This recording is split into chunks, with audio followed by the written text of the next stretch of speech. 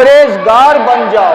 روزے تم پر کیوں فرض کیے جا رہے ہیں اور تم سے پہلے والوں پر بھی فرض کیے گئے؟ کیوں؟ اس لیے کہ تم روزے رکھ کر پرہیزگار بن جاؤ، متقی بن جاؤ۔ روزہ جب انسان رکھتا ہے تو اللہ تبارک تعالیٰ ارشاد فرماتا ہے کہ روزہ میرے لیے اور اس کی جزا میں ہی دوں گا۔ روزہ میرے لیے ہے اور اس کی جزا میں خود ہی دوں گا۔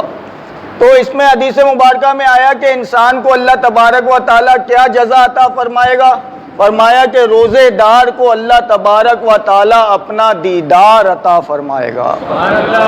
تو میرے مسلمان بھائیوں، ہو سکتا ہے کہ اگر اتوار کا روزہ ہو تو ہفتے کو ہم نماز تراویح ادا کریں گے، اور اگر پیر کا روزہ ہوا تو انشاءاللہ اتوار والے دن جو ہے ہم نماز تراویح ادا کریں گے۔ نماز تراویح بھی جو ہے بہت ہی زبردست ایک عبادت ہے جسے صلاۃ اللیل بھی کہا گیا ہے۔ تو اسی لیے ابھی سے میں آپ کا ذہن بناتا ہوں کہ بہت سے لوگ جو ہے ماہ رمضان کے آنے پر خوش ہوتے ہیں اور بہت سے جو ہے ان کے چہرے لٹک جاتے ہیں، بہت سے پریشان ہو جاتے ہیں کہ یار رمضان آ رہا ہے، اچھا اتنی جلدی آ گیا، او بھائی ابھی تو گیا تھا یار، پھر دکانیں بند ہوں گی، روزہ رکھنا پڑے گا، بھوک برداشت کرنی پڑے گی، پیاس برداشت کرنی پڑے گی۔ بعض لوگوں کا تو سیزن آ جاتا ہے، جیسے بعض جو دکاندار وغیرہ ہوتے ہیں بولتے ہیں بھائی رمضان آ رہا، مال اسٹاک کر لو، اب ذرا مہنگا کر کے بیچیں گے۔ فروٹ والے جو ہے اپنا فروٹ اسٹاک کرنے میں لگے ہوئے ہوں گے ابھی، اور جو ہے نا اور دیگر کاروباری حضرات اپنے اس میں کام میں لگے ہوئے ہوں گے کہ بھائی ماہ رمضان آ رہا ہے، اب اس میں یہ کمانے کا جو ہے نا سیزن آ رہا ہے۔ جبکہ نیک لوگ کیا کہتے ہیں کہ نیکیوں کے کمانے کا سیزن آ رہا ہے۔ صحابہ کرام علیہم الرضوان جو ہے وہ کیا کرتے کہ شعبان میں ہی اپنے تمام کاموں سے فارغ ہو جاتے، جس کا لینا دینا ہوتا لین دین کر لیتے، تمام چیزوں سے فارغ ہو کر اور بالکل فری ہو کر وہ ماہ رمضان میں اللہ تبارک و تعالیٰ کی عبادت کے لیے اعتکاف میں رعایا کرتے۔ تو ذہن نصیب کہ اگر کوئی شخص جس کا کسی کا ایسا ذہن ہو کہ یار میں پورے ماہ رمضان کا اعتکاف کروں، ایک مہینہ جو ہے سال میں ایک مہینہ میں اللہ تبارک و تعالیٰ کے گھر میں بیٹھوں، اس کی عبادت کروں، علم دین سیکھوں، قرآن پاک کی تلاوت کروں تو کیا ہی اچھا ہے۔ اگر وہ ایک مہینہ نہیں بیٹھ سکتا تو 20 دن بیٹھ جائے، 15 دن بیٹھ جائے۔ اگر یہ بھی نہیں کر سکتا تو پھر آخری کے جو 10 دن ہوتے ہیں اس میں کم از کم ضرور اعتکاف کریں، اپنی اس مسجد میں کریں، یا پھر آپ جہاں رہتے ہیں آپ کے گھر کے قریب جو مسجد ہے اس میں آپ اعتکاف کریں۔ اعتکاف کی بڑی برکتیں ہیں۔ اعتکاف میں ہم نے ایسے لوگوں کو دیکھا ہے کہ وہ نہ نمازی ہوتے ہیں، نہ ماں باپ کے فرما بردار ہوتے ہیں، گالیاں دینا اور یہی ان کا کام ہوتا ہے، لیکن اگر کوئی ان کا ذہن بنا کر انہیں اعتکاف میں بٹھا دیتا ہے تو 10 دن وہ اللہ کے گھر میں بیٹھتا ہے، اللہ کے گھر کی برکتیں سمیٹتا ہے، اور جب اٹھتا ہے تو الحمدللہ 5 وقت کا نمازی بن جاتا ہے۔ پھر اسے اللہ کے گھر سے ایسی محبت ہو جاتی ہے کہ جب چاند نظر آتا ہے نا عید کا، اور جب اسے پتہ چلتا ہے کہ اب اس مسجد سے مجھے نکلنا ہے، اب اپنے گھر کو جانا ہے، تو وہ یقین جانے رو رہا ہوتا ہے، وہ روتا ہے اللہ کے گھر سے اب میں جدا ہو جاؤں گا، اب اپنے گھر چلا جاؤں گا، اب وہی کام کاج میں میں مصروف ہو جاؤں گا، وہی دنیا داری میں میں مصروف ہو جاؤں گا۔ کتنے اچھے یہ دن تھے کہ میں اللہ کے گھر میں تھا، نعت خوانی ہوتی تھی، علم دین سکھایا جاتا تھا، قرآن پاک کی تلاوت ہوتی تھی جماعت کے ساتھ، اور پہلی صف میں نماز ادا کیا کرتا تھا، اسے پھر یہ ساری چیزیں یاد آتی۔ آپ کسی علاقے میں چلے جائیں نا، وہاں پر آپ جو ہے 10 سال رہیں اور وہاں سے پھر آپ کو کسی دوسرے علاقے میں شفٹ ہونا ہو، تو جب آپ دوسرے علاقے میں جاتے ہیں نا تو آپ کا دل اداس ہوتا ہے، آپ کو اپنا محلہ یاد آتا ہے، آپ کہتے ہیں یار وہ میرا محلہ جہاں میرا بچپن گزرا، جہاں پر میں جو ہے کھیل کر بڑا ہوا، میرے گھر کی وہ در و دیوار جن کو جو ہے میں نے بڑی محنت سے بنایا تھا۔ تو اسی طرح جب انسان اللہ کے گھر میں بیٹھتا ہے، اسی لیے اعتکاف کی حکمت یہ، اس حکمت کو سمجھیے کہ شریعت نے کیوں کہا کہ 10 دن جو ہے یہ سنت علل کفایہ ہے۔ یاد رکھیے گا، محلے میں سے کوئی ایک بیٹھ جائے تو باقی سب بری و ذمہ ہو جاتے ہیں، سب پر بیٹھنا لازم نہیں، یہ شرعی مسئلہ ہے جو میں عرض کر رہا ہوں۔ لیکن اگر سب اس لیے بیٹھیں کہ اس کی برکتیں بہت زیادہ ہیں، اگر کوئی زندگی میں ایک مرتبہ بھی نہیں بیٹھا نا تو زندگی میں ایک مرتبہ ضرور اعتکاف کرنا، آپ کو اپنی نگاہوں سے اس کی برکتیں نظر آئیں گی۔ ایسی ایسی چیزیں اللہ تبارک و تعالیٰ آپ کے سامنے منکشف کرے گا کہ آپ حیران ہو جائیں گے۔ ایسی ایسی شخصیات آ کر آپ سے ہاتھ ملائیں گی کہ آپ خود حیران ہو جائیں گے۔ لیکن بات یہ کہ اعتکاف بھی پھر اعتکاف جیسا ہو، یہ نہیں کہ جو ہے نا لڑکے بیٹھ گئے، پان کھا رہے ہیں، سگریٹ پی رہے ہیں، لیٹرینوں میں جا کر پان کی پچکاریاں مار رہے ہیں، کھیل کود میں لگے ہوئے، یہ اعتکاف نہیں ہے۔ اس سے اعتکاف کا کوئی تعلق نہیں ہے۔ موبائل پہ لگے ہوئے، مسجد کی بجلی سے جو ہے موبائل چارج کر رہے ہیں اور اپنی باتوں میں لگے ہوئے۔ کسی نے تو پردے باندھ لیے، پردے باندھ کے پردوں میں جو ہے نا بھائی گفتگو ہو رہی ہے، فون کر رہے ہیں، بھائی آج میرے لیے قیمہ آلو بنا کر بھیجنا، آج میرے لیے یہ بھیجنا، آج میرے لیے وہ بھیجنا۔ ایسے اعتکاف کا کوئی فائدہ نہیں۔ یاد رکھیے، اعتکاف کا مطلب ہے دنیا سے کٹ کر اللہ سے رشتہ جوڑنا۔ جب مسجد میں آ کر بھی تم نے دنیا داری کرنی ہے، ایسے ایسے سیٹھوں کو میں نے دیکھا ہے، یقین جانے کہ وہ مسجد میں بیٹھے ہوتے ہیں اور فون پہ ڈیلنگ ہو رہی ہوتی ہے، ہاں اس کو دے اتنا دے دے، اس کو مال ادھر پہنچا دے، مال ادھر۔ جب تم نے اعتکاف میں بھی دنیا داری کرنی ہے تو اعتکاف بیٹھنے کا فائدہ کیا ہوا؟ ہاں بہت ہی مجبوری اگر ہو، آپ نے فون کرنا ہو کہ اگر میں فون نہیں کروں گا تو یہ بہت بڑا لاس ہو جائے گا، تو پھر حکم ہے کہ فنائے مسجد میں جا کر آپ مختصر گفتگو کریں اور پھر آ جائیں۔ مختصر گفتگو کرنے کے بعد آپ واپس آ جائیں، اللہ کی عبادت میں مشغول ہو جائیں، کلام پاک پڑھنے میں مشغول ہو جائیں۔ بلکہ سب سے افضل کام یہ ہے کہ علم دین سیکھنے میں مشغول ہو جائیں۔ ایک مرتبہ نبی کریم صلی اللہ تعالیٰ علیہ وسلم ایک شخص کے ساتھ مائع گفتگو تھے، آپ گفتگو فرما رہے تھے، تو جبرائیل امین آئے، کہتے ہیں کہ یا رسول اللہ صلی اللہ تعالیٰ علیہ وسلم، یہ شخص جو آپ کے ساتھ گفتگو کر رہا ہے ابھی عصر سے کچھ دیر پہلے اس کا انتقال ہو جائے گا۔ تو آقا علیہ الصلوۃ والسلام نے اس شخص کو بتا دیا کہ جبرائیل آئے تھے اور انہوں نے ایسا کہا۔ آپ بتائیے اگر ڈاکٹر کسی کو یہ کہہ دے کہ بھائی تجھے فلاں مرض ہے اور تو 2 دن کا مہمان ہے، تیسرے دن تو مر جائے گا، اس کی کیفیت کیا ہوگی؟ وہ کہے گا میں نے تو یہ بھی کام کرنے، وہ بھی کام کرنے، اس سے ملنا، اس سے ملنا، اس کا دینا، اس کا دینا، یہ کرنا، وہ کرنا۔ وہ تو بڑا جو ہے نا اس میں بے چینی پیدا ہو جائے گی کہ تیسرے دن میں مر جاؤں گا، وہ بار بار گھڑی کو دیکھے گا۔ تو وہ بھی ان کی حالت بھی کچھ ایسے ہی ہو گئی۔ تو انہوں نے دار ادب میں رہ کے نبی کریم صلی اللہ تعالیٰ علیہ وسلم سے پوچھا کہ یا رسول اللہ صلی اللہ تعالیٰ علیہ وسلم، فدا کا ابی و امی، یہ بتائیے کہ اس دوران میرے لیے کون سا کام افضل ہے کہ میں اس میں مشغول ہو جاؤں تو میرے لیے نفع ہو۔ آقا علیہ الصلوۃ والسلام نے ارشاد فرمایا کہ اے میرے صحابی، علم دین سیکھنے میں مشغول ہو جاؤ۔ علماء ارشاد فرماتے ہیں کہ اگر اس ٹائم نوافل پڑھنا زیادہ افضل ہوتا تو سرکار کہتے ہیں نوافل پڑھنے میں مشغول ہو جاؤ، لیکن آقا علیہ الصلوۃ والسلام نے ارشاد فرمایا علم دین سیکھنے میں مشغول ہو جاؤ۔ آپ جانتے ہیں کہ ہمارے نبی کریم صلی اللہ تعالیٰ علیہ وسلم کو تمام انبیاء پر فوقیت کیوں دی جاتی ہے؟ اس لیے دی جاتی ہے کہ نبی کریم صلی اللہ تعالیٰ علیہ وسلم کو اللہ تبارک و تعالیٰ نے تمام انبیاء سے زیادہ علم عطا فرمائے۔ آپ کی عمر اتنی زیادہ نہیں ہے، 63 سال آپ کی عمر ہے، حضرت نوح علیہ السلام کی آپ سے زیادہ ہے۔ عبادات کا اگر تقابل کیا جائے تو دیکھا جائے تو حضرت نوح علیہ السلام کی عبادت زیادہ ہوں گی، آپ کی کم ہوں گی، لیکن وصف علم آپ کے پاس بہت زیادہ تھا۔ کیوں مسجد اقصیٰ میں آپ نے تمام انبیاء علیہ السلام کی امامت کروائی؟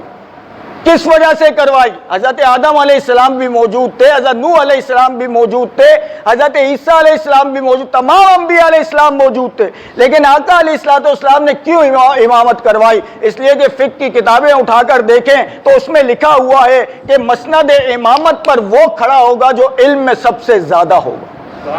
تو اسی لیے نبی کریم صلی اللہ تعالیٰ علیہ وسلم نے ان تمام انبیاء علیہ السلام کی امامت کروائی۔ تو علم جتنا سیکھیں گے اللہ کی بارگاہ میں اتنا درجہ بلند ہوگا۔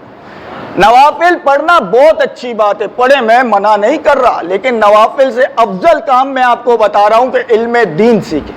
اب جیسے کہ میرے مسلمان بھائیوں، ماہ رمضان کی آمد ہے، سب کو معلوم ہے۔ جب عید 2-3 دن روزے رہ جاتے ہیں اور پتہ ہوتا ہے کہ یار عید ہے، عید پر میں نے نئے کپڑے پہننے، امامہ پہننا ہے، یہ شاپنگ کرنی ہے، وہ شاپنگ کرنی ہے، تو میرا خیال میں 20ویں روزے سے بلکہ 15ویں روزے کے بعد جو ہے لوگ بازاروں کا رخ کرنا شروع کر دیتے ہیں۔ نماز تراویح گئی، السلام علیکم، ساتھ سلام کرتے ہیں اور گئے یہ بازاروں میں۔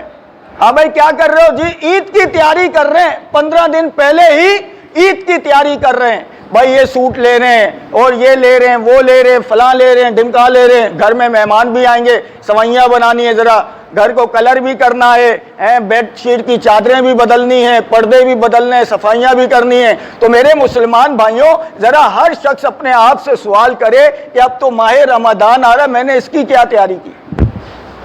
میں نے کیا تیاری کی اس کی؟ 2 دن رہ گئے یا 1 دن رہ گیا ہے تو میں نے اس کی کیا تیاری کی؟ کیا میں اپنے کاموں سے فارغ ہو گیا ہوں؟ ماہ رمضان کے لیے میں نے اپنا جدول بنا لیا ہے کہ یار اس ٹائم پہ میں اٹھوں گا، یہ کام کروں گا، اس ٹائم میں کام پہ جاؤں گا، کام سے آ کے میں نے یہ کرنا ہے، قرآن پاک کی یہ تلاوت کرنی ہے، یا علم دین کا یہ باب سیکھنا ہے، کس سے سیکھنا ہے، کیسے سیکھنا ہے، یہ ساری تیاری کیا ہم نے کی ہے؟ نہیں۔ جواب ہوگا نہیں، الا ماشاءاللہ کہ کسی نے کی ہو، لیکن اکثر کا جواب ہوگا کہ نہیں۔ لیکن اگر کسی سے آپ عید کے متعلق پوچھئے گا نا تو بولے گا میں نے تو بابا 3 سوٹ بنائے، ایک اورنج، ایک لال، ایک پیلا، ایک نیلا۔ اچھا میں نے امامے بھی لیے 2، پتہ ہے دکھاؤں تجھے؟ آج تیرے کو دکھاؤں، واٹس ایپ پہ بھیج دوں گا تصویر تجھے پہ۔ تو رمضان کے لیے کیا تیاری کی ہے بھائی؟ کس نے یہ اپنا ذہن بنایا کہ میں اعتکاف کروں گا؟ کسی نے سوچا کہ میں رمضان کا روزہ کیسے رکھوں گا؟ یار ماہ رمضان آ رہا ہے، کسی کو یہ جو ہے نا مطلب کہ وہ ہوا کہ یار علم دین بھی تو سیکھنا ہے، یار ماہ رمضان کے میں نے مسائل بھی تو سیکھنے، میں روزہ کیسے رکھوں گا؟ اگر مجھے کپڑے سینا نہیں آتے تو میں کپڑے کیسے سیوں گا؟ پہلے کپڑے سینے کا علم حاصل کروں گا پھر کپڑے سیوں گا نا۔ تو میں روزہ رکھوں گا تو کیا میں نے علم حاصل کیا ہے؟ مجھے پتا ہے کہ روزے کے مسائل کیا ہیں، روزہ کس سے ٹوٹتا ہے، کس سے نہیں ٹوٹتا، کفارہ کب جو ہے نا واجب ہوتا ہے، کب نہیں ہوتا، روزے کا کفارہ کیا ہوتا ہے، اگر میں شیخ فانی ہوں روزہ نہیں رکھ سکتا تو اس کے کیا مسائل ہیں، کتنا فدیہ مجھے دینا ہوگا، صدقہ فطر کے مسائل کیا ہوتے ہیں، ان تمام چیزوں کا کیا میں نے علم حاصل کیا ہے؟ ہر شخص اپنے آپ سے سوال کرے تو جواب نفی میں ہوگا۔ پھر ہم کیا کریں گے کہ بس یار اپنے پاس تو موبائل میں مفتیان کرام کے نمبر ہے نا، کسی سے بھی حضرت یہ جواب بتا دیجئے گا میں نے بال کٹوا لیے کیا روزہ ٹوٹ گیا، میں نے ناخن کاٹ لیے کیا روزہ ٹوٹ گیا؟ تو رہنے دیں، کوئی بات نہیں، بعد میں کر لیں گے، بعد میں کر لیں گے۔ صحیح ہے، لگائے آپ لگائے بولتے جائیں گے، صحیح ہو جائے گا۔ تو کہنے کا مطلب ہے کہ کیا نہیں، بعد میں انشاءاللہ کرتے ہیں، کوئی مسئلہ نہیں۔ تو کیا میں نے رمضان کے مسائل سیکھے ہیں؟ نماز تراویح شروع ہونے والی ہے بھائی، کیا نماز تراویح کا مجھے پتا ہے، علم ہے کہ میں نے نماز تراویح کس طریقے سے ادا کرنی ہے؟ نماز تراویح میں کیا کیا احتیاطیں ہوتی ہیں، کیسے کرنا ہے، کیسے نہیں کرنا، ان تمام چیزوں کا علم حاصل کیا ہے۔ سحری کا ٹائم کیا ہوتا ہے، اور جو ہے نا فجر کا ٹائم کیا ہوتا ہے، میں نے کب روزہ بند کرنا ہے، کب روزہ بند نہیں کرنا۔ بعض لوگ اذان فجر کے دوران بھی کھاتے پیتے رہتے ہیں، کہتے ہیں ابھی اس مسجد کی اذان ہوئی ہے اس کی تو ہونا باقی ہے۔ تو میرے مسلمان بھائیوں یاد رکھیے کہ سحری کا وقت اور ہوتا ہے اور صبح صادق کا وقت اور ہوتا ہے۔ جب سحری کے وقت میں آپ کھا لیں اس کے بعد جب صادق صبح صادق کا فجر کا وقت داخل ہوگا تو اذان دی جائے گی۔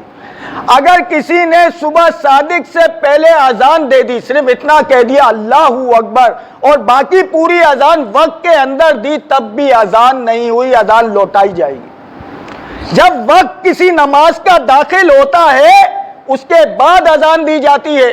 اذان کا مطلب اعلان ہوتا ہے کہ اے مسلمانوں فلاں نماز کا وقت داخل ہو گیا۔ اس کا مطلب یہ، پہلے زمانے میں حضرت بلال حبشی رضی اللہ تعالیٰ عنہ تہجد کی نماز کے لیے بھی اذان دیتے تھے۔ تہجد کی بھی اذان آج بھی جو ہے مکہ مدینہ اگر کوئی گیا ہے، جب میں گیا تھا اس ٹائم پر تقریباً 2015 میں گیا تھا تو وہاں پر تہجد کی بھی اذان دی جاتی ہے۔ ایک تہجد کی اذان ہوتی ہے، اس کے بعد جو ہے نماز فجر کی اذان ہوتی ہے، 2 اذانیں۔ تو اسی لیے سحری کا وقت جو ہے اور ہوتا ہے. اگر کسی نے اذان کے دوران بھی کھایا پیا تو شریعت کی نگاہ میں وہ اس کا روزہ نہیں ہوگا. کیوں؟ اس نے سحری بند ہو جانے کے بعد کھایا پیا. اس مسئلے کو بہت اچھی طرح سمجھ لیں. ایک ہی مسئلہ سمجھ کر آج اٹھیں نا تو بہت ہے. ایک مسئلہ سمجھ لیں اور اپنے گھر والوں کے روزوں کو بچائیں. مثال کے طور پر اب میں نے کیلنڈر دیکھا نہیں ہے، اگر جو ہے 5:18 پر سحری کا وقت ختم ہو رہا ہے اور 5:19 پر فجر کا وقت داخل ہو رہا ہے تو آپ کو چاہیے کہ 5:15 بجے فارغ ہو جائیں، کھا پی کے فارغ ہو جائیں. ٹوتھ پیسٹ کرنی ہے کر لیں، اپنا بالکل کلیئر ہو جائیں، وضو وغیرہ کر لیں، قرآن پاک کی تلاوت کریں. ایسا نہیں کہ بھائی اذان ہو رہی ہے پانی لا پانی لا پانی لا، پوری دن جو ہے بھوکے پیاسے رہو گے، روزہ نہیں ہوگا. اذان کے دوران اگر کسی نے کھایا روزہ نہیں ہوگا. ایک مسئلہ بتا دیتا ہوں، اگر کسی کی مثال کے طور پر آنکھ نہیں کھلتی ہے اور اس کی آنکھ کھلی تو فجر کی اذان ہو رہی تھی، تو اب وہ یہ کرے کہ کچھ کھائے پیے نہ اور نیت کر لے. نیت تو اس نے رات کو ہی کی ہوگی کہ میں انشاءاللہ صبح روزہ رکھوں گا، لیکن اس کی آنکھ نہیں کھلی. سحری کھانا روزے کے لیے نہ فرض ہے نہ واجب ہے. یہ مسئلہ یاد رکھیے گا. روزے کے لیے پاکی بھی شرط نہیں ہے. اگر کوئی اپنی زوجہ سے ملا اور اٹھا اور دیکھا ٹائم نہیں ہے تو روزہ رکھ لے، پاکی شرط نہیں ہے. بعد میں غسل کرے. غسل کا مسئلہ یہ ہوگا کہ استنشاق اور مدمدہ میں مبالغہ نہ کرے، یعنی ناک کی نرم ہڈی تک پانی کھینچے نہیں، دماغ کو چڑھ گیا تو روزہ ٹوٹ جائے گا. اسی طرح غرارے کرتے ہوئے حلق سے پانی اتر گیا تو روزہ ٹوٹ جائے. اس میں مبالغہ نہ کرے، باقی سارے کام کر لے. اس کے بعد افطاری کے بعد جو ہے ان دونوں کا اعادہ کر لے، پھر چڑھائے وہ دماغ تک پانی اور غرارے کر لے، وہ اعادہ کر لے. تو پاکی شرط نہیں ہے. تو اسی طریقے سے میں عرض کر رہا تھا کہ جو ٹائم ہے اس ٹائم کا لحاظ رکھیں. لہذا اگر کسی نے جیسے فجر میں اس کی آنکھ کھلی نا، اب اس نے کھائے پیے نہیں. بہت سارے لوگوں کا یہ ذہن ہوتا ہے کہ یار جب تک کچھ کھائیں گے نہیں نا، سحری نہیں کریں گے تو روزہ بھی نہیں رکھ سکتے. ایسی بات نہیں ہے. اگر کسی کی آنکھ صبح 10 بجے بھی کھلی ہے تو دعوی کبریٰ سے پہلے وہ نیت کر سکتا ہے، اس کا روزہ ہے، وہ نیت کر سکتا ہے. نیت تو اول تو رات میں ہی ہوتی ہے، لیکن اٹھ کر وہ کچھ کھائے پیے نہ تو اس کا روزہ ہی ہے. ساری کھانے میں برکت ہے، فضیلت ہے. نبی کریم صلی اللہ تعالیٰ علیہ وسلم نے ارشاد فرمایا کہ ساری کھایا کرو، اس میں برکت ہوتی ہے. لیکن ساری کھانا روزے کے لیے نہ شرط ہے نہ فرض ہے نہ واجب ہے. یہ ہمیشہ مسئلہ جو ہے یاد رکھیے گا. اور ساری کا وقت اور ہوتا ہے، نماز فجر کا وقت اور ہوتا ہے. بولیے سب، ساری کا وقت اور ہوتا ہے، نماز فجر کا. یہ لوگوں کو بھی مسئلہ بتائیں، بیچاروں کے روزے جو ہیں وہ برباد ہوتے ہیں. وہ نماز فجر کے درمیان، اذان کے درمیان کھاتے رہتے ہیں، کہتے ہیں کہ یار اس کی اذان ہوئی ہے اس کی اذان نہیں ہوئی، تو اپنا روزہ، ان کا روزہ پورا دن بھوکے پیاسے رہتے ہیں لیکن روزہ نہیں ہوتا. تو اللہ تبارک و تعالی ہمیں علم دین سیکھنے کا شوق و جذبہ عطا فرمائے. نماز تراویح کے بھی مسائل انشاءاللہ میں بیان کروں گا، لیکن میرے پاس وقت نہیں ہوتا. اب میں نے جو جدول بنایا ہے وہ یہ کہ انشاءاللہ ماہ رمضان میں ظہر کے بعد میں درس کیا کروں گا. اس کے بعد انشاءاللہ عصر کے بعد میں درس کروں گا. کب تک؟ مغرب سے پہلے تک، یعنی جب افطار سے پہلے تک میں انشاءاللہ یہاں پہ درس کروں گا. کوئی بیٹھے نہیں بیٹھے، جس نے جو بیٹھے گا وہ برکتیں سمیٹے گا، علم دین سیکھے گا اور جائے گا. اور یہیں پر بیٹھیں، گھر پر بھی بیٹھنا ہی ہے آپ نے، تو یہاں بیٹھ گئے. اچھا، ایک اور بہت زبردست مسئلہ میرے ذہن میں آ گیا، میں عرض کرتا چلوں کہ ابھی دیکھیں ماہ رمضان آ رہا ہے نا، تو لوگ ٹی ویوں سے علم دین حاصل کریں گے، ٹی وی سے سیکھیں. بہت سے جو آرٹسٹ ہیں جو سارا سال جو ہے ناچ گانے کرتے رہتے ہیں، وہ لوگوں کو جو ہے نا علم دین سکھا رہے ہوں گے. آپ یہ دیکھیے گا، کوئی مدنی چینل دیکھے، علماء کرام کے پروگرام دیکھے، اس کی بات نہیں کر رہا. یہ جو آرٹسٹ ہوتے ہیں نا، وہ لڑکیاں بھی جو دوپٹے پہن کر سرخیاں لگا کر بیٹھی ہوئی ہوتی ہیں اور لوگ ٹی وی پر ان کو دیکھ رہے ہوتے ہیں، جی یہ دینی پروگرام دیکھ رہے ہیں. وہ کیا دین سکھائیں گے؟ جو 11 مہینے ناچتے رہتے ہیں، گانے باجے کرتے رہتے ہیں، وہ کیا دین سکھائیں گے؟ تو ان سے دین نہ سیکھیے میرے مسلمان بھائیوں. ساری میں بھی لوگ یہ ٹی وی کھول کر بیٹھے ہوئے ہوتے ہیں. او بھائی، ٹی وی کی جگہ قرآن کھول کے بیٹھو نا. قرآن کھول کر کیوں نہیں بیٹھتے؟ لوگ ٹی وی پہ جو ہے نا تلاوت بھی سننی ہے تو ٹی وی پر سن رہے ہیں، تلاوت بھی سن رہے ہیں تو ٹی وی پر لگا کے سن رہے ہیں۔ اپنے منہ سے تلاوت کرو نا یار، گھر میں خیر و برکت ہوگی۔ وہ جو گھر کے اندر قرآن مجید آپ نے رکھا ہوا ہے، کس لیے رکھا ہوا ہے؟ اسے پڑھو نا میرے بھائی۔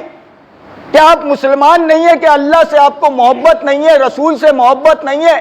اس کو پڑھیں، اپنے منہ سے پڑھیں۔ رشکے والا بھی صبح صبح سورت رحمان کی تلاوت لگا کے گھوم رہا ہوتا ہے، بیکری والے نے بھی لگائی ہوئی ہوتی ہے۔ شرعی مسئلہ پتہ ہے کسی کو کہ آپ ایسی جگہ پر تلاوت لگا ہی نہیں سکتے؟ اگر آپ نے تلاوت لگائی تو اس قرآن کو سننا واجب ہو جاتا ہے۔ انصتوا لعلکم ترحمون، سنو اس کو تاکہ تم پر رحم کیا جائے۔ انصتوا صیغہ امر ہے، سنو، چپ رہو، سنو، یہ صیغہ امر ہے۔ لہذا جہاں قرآن پڑھا جائے گا وہاں چپ رہنا یہ واجب ہو جاتا ہے۔ لہذا اب اگر اس نے ایسی جگہ پر تلاوت کی، مثال کے طور پہ میں اس مائک میں تلاوت کرنا شروع کر دوں اور باہر آواز جاری ہو، کوئی ماں بہن کی گالیاں دے رہا، کوئی اپنے کام میں مشغول ہو، تو میں ایسے لوگوں کو قرآن سنا رہا ہوں کہ جو اس کے اہل ہی نہیں ہیں، تو گناہگار کون ہوگا؟ کون ہوگا؟ میں۔ اب ایک شخص جو ہے وہ نماز پڑھ رہا ہے میرے قریب، میں اس کے پاس بیٹھ کر جو سورت ملک کی زور سے تلاوت کرنا شروع کر دوں، کون گناہگار ہے؟ ہاں اگر میں سورت ملک کی تلاوت کر رہا ہوں، کوئی آ کر میرے پاس جو ہے کہے اللہ اکبر، اب کون گناہگار ہوگا؟ نماز پڑھنے والا، کیونکہ اس کو نہیں پتا میں تلاوت کر رہا ہوں، پہلے تلاوت سن لے بھائی، بعد میں نماز پڑھ لینا۔ اگر میں کسی کے پاس جا کے پڑھوں، یہی مسئلہ ہے۔ اب رشکے والے نے تلاوت لگائی، لوگ گزر رہے ہیں، کوئی ماں بہن کی گالیاں دے رہا ہے، کوئی اپنی گفتگو کر رہا ہے، تو کون گناہگار ہو رہا ہے؟ وہ بیچارہ سمجھ رہا ہوتا ہے مجھے ثواب مل رہا ہے، سورت رحمان لگاؤں گا تو سواریاں زیادہ آئیں گی۔ او بھائی تھوڑا سا علم دین تو حاصل کر لیتے، تمہیں پتہ چلتا کہ تم تو گناہگار ہو رہے ہو۔ یہ جو شبینہ ہوتے ہیں ماہ رمضان میں، مائک بار کے اسپیکروں پر قرآن پاک کی تلاوت کی جا رہی ہوتی ہے، علماء کرام نے واضح منع کیا ہے کہ آپ قرآن پاک کی تلاوت ایسے لوگوں کو سنا رہے ہیں کہ جو اس کے حال ہی نہیں ہے، وہ اپنے کاموں میں مشغول ہیں، آپ ان کو قرآن سنا رہے ہیں، تو گناہگار کون ہو رہا ہے؟ پڑھنے والا۔ کون ہو رہا ہے؟ پڑھنے والا۔ اللہ تبارک و تعالی ہم سب کو علم دین سیکھنے کا شوق و جذبہ عطا فرمائے، جن حضرات نے سنتیں نہیں ادا فرمائی سنتیں پڑھ